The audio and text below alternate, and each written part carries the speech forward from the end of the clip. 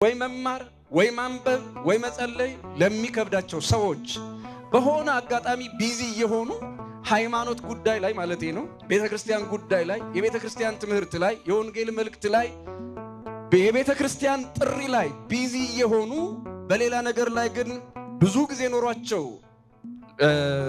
ጊዜያቸውን ለዓለም የሚሰጡ ለራሳቸው ፍላጎት ብቻ የሚያውሉ ሰዎች ቢዚ ነን ሊሉ ይችላሉ።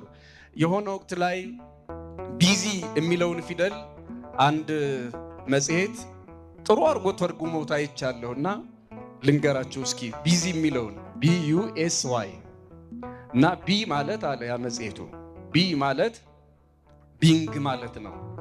ቢንግ የBING ፎርም ቢንግ ከዛ ዩ አንደር ማለት ነው። ከዛ ቀጥሎ ያለው ፊደል ምንድነው? ኤስ ሰይጣን ማለት ነው ወይም ሰይጣን።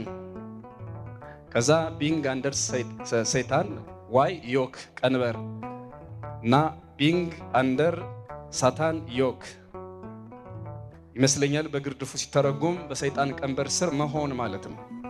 ጥሩ ትርጉም ሰጥተውታል።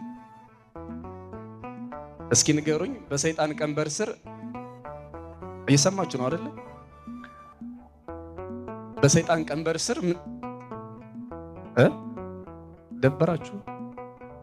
እውነቱ ግን ይሄ ሊሆን ይችላል። እውነት ለመናገር ቅዱስ ጳውሎስ የሃይማኖት ሰዎችን ሊጎበኝ በፈለገ ጊዜ ሰይጣን አዘገየኝ፣ አንዴም ሁለቴ ልመጣ ፈለኩ፣ ግን ሰይጣን አዘገየኛል። የሚያዘገይ ሰይጣን አለ ማለት ነው በሌላ አነጋገር።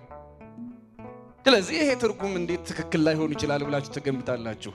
እና ሰው ለመንፈሳዊ ጉዳዮች ለቤተ ክርስቲያን ጥሪ ምንም ምክንያት ያምጣ እየዘገየ የሚቀር ከሆነ ጊዜ የሚያጣ ከሆነ ለንባብ፣ ለትምህርት፣ ለጸሎት ጊዜ የሚያጣ ከሆነ ይሄ ሰው ቢንግ አንደር ሳታን ዮክ ያለው ነው ማለት ነው።